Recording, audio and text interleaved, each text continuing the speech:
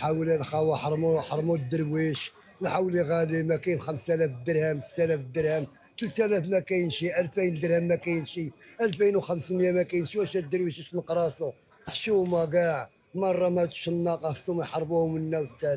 العيد ما كاين بوه عيد اخي، بزاف ديال الناس ما كاينش ما عندهمش الفلوس باش يشريو القدره. فهمتي كيفاش.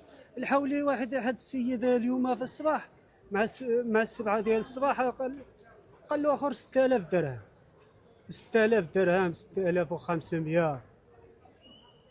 راه بزاف اصاحبي. الدرويش ما يعدل اصاحبي. شنو باش يمشي هذاك؟ راه بزاف اصاحبي، بزاف د بنادم كيتشكى.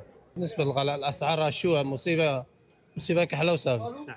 قد هيدا كيعمل 4000 درهم 5000 درهم. شو ما صح حولي غالي هاد العام. شنو كتعرفوا واش اكاجول؟ حنا بيدنا عندنا كسي ولكن ما كنبيعوش بديك الثمن. حتى انا عندي ما كنبيعش بديك الثمن. انت ولد الحرفه. ولد الحرف وما كنبيعش بديك الثمن. حشومه وعار.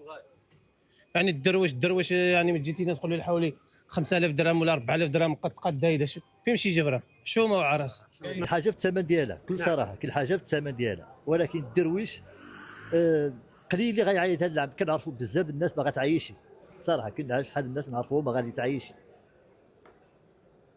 دابا الحولي كيعمل، دابا الحولي كنا نشريوها 115,000 فرنك. دوك كنعرف انا 115,000 150 درهم تعرفوا الدرهم. دابا الحولي 150 درهم، 115 تساوي 3500 درهم اشري. الحولي فيها 4 كيلو. هذا الشيء كارثي. هذا الشيء اللي كاين.